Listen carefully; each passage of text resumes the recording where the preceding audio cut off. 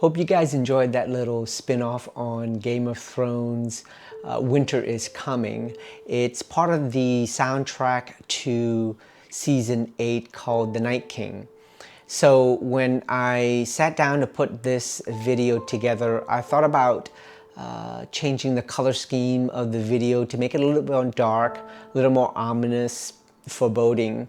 But I figured, you know what, let me just keep it simple, keep it the way that I experienced and lived it. And so there you have it. Even though I'm not entirely new to hiking in snow and hiking in the winter, this is my first hiking with snowshoes, as well as hiking in blizzard conditions, as well as also my first visit to Rocky Mountain National Park. This video is actually two different hikes from two different days that I put together because I didn't have enough video clips to put a meaningful feature film together, so I combined two of them to make this one. Filming and documenting yourself in cold winter blistering condition is quite challenging.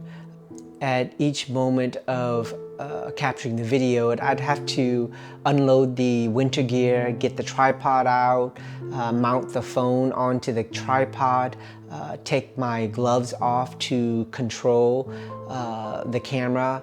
It's challenging, so you've got to be quick about it, because each time you expose your bare hands to the wintry condition, it's numbing.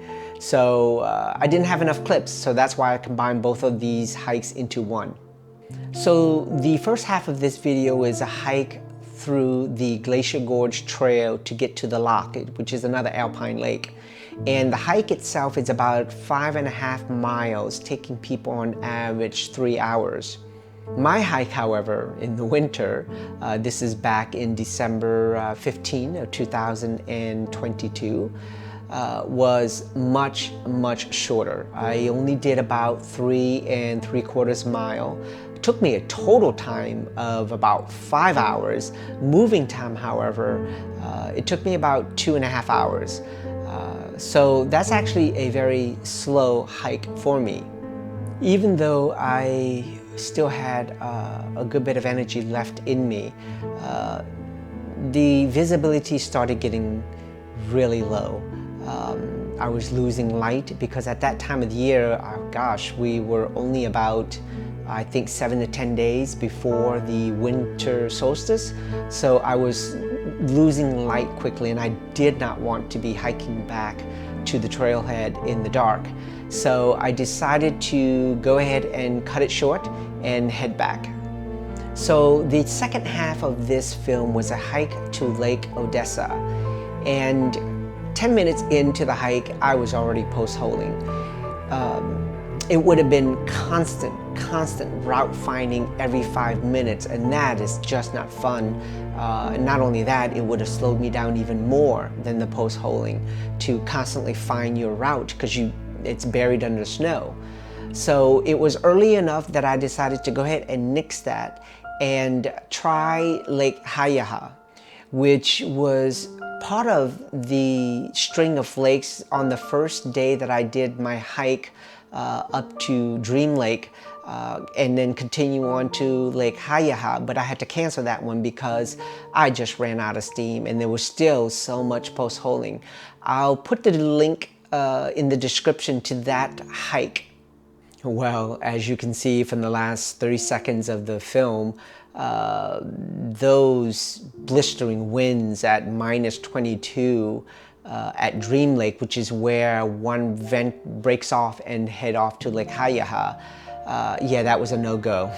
Nonetheless, it was actually a beautiful hike, very different from the very first day that I arrived there and I did the hike all the way up to Emerald.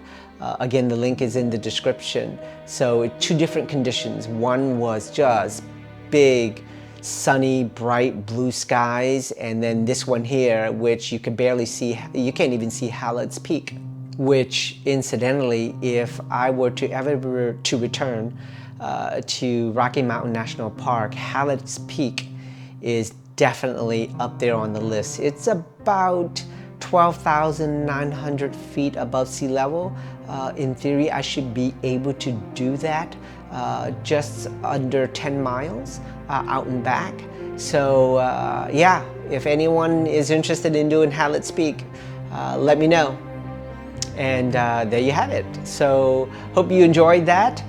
As always, I appreciate all the likes, share, and subscribe, and I will catch you guys out on the next trail.